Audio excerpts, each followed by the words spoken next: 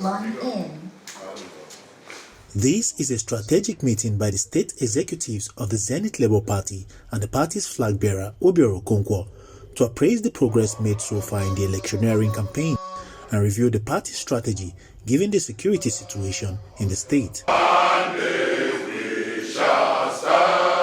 After meeting with party members and stakeholders, Obiora Okonkwo spoke about the recent insecurity in the state and why implementing a state of emergency will be counterproductive. State of emergency in Anambra is uncalled for.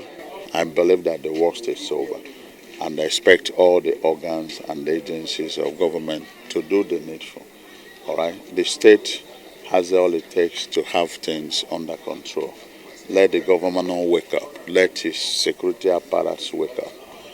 Then I think also on the issue of continuous change of commissioners of police, how many, about 5 in 6 months. We need stability. The trial and error is not acceptable.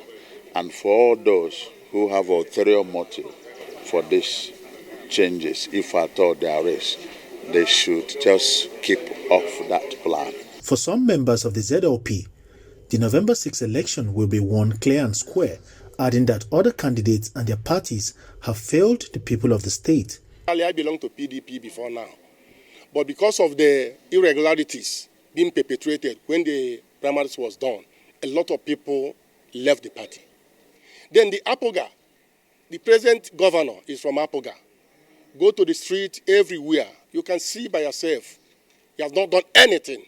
So bringing in Soludo, even the Soludo himself, I'm not trying to mention names, but what has he done when he was the central bank governor? How many people has he employed? Nobody. So all these things account that he has failed already. So even the APC, he contested last election under that APC as a senator. He failed woefully, even his own polling booth. Abubakar Malami. Thanks for checking out SYMFONI on YouTube. Please be sure to subscribe and like our videos for updates.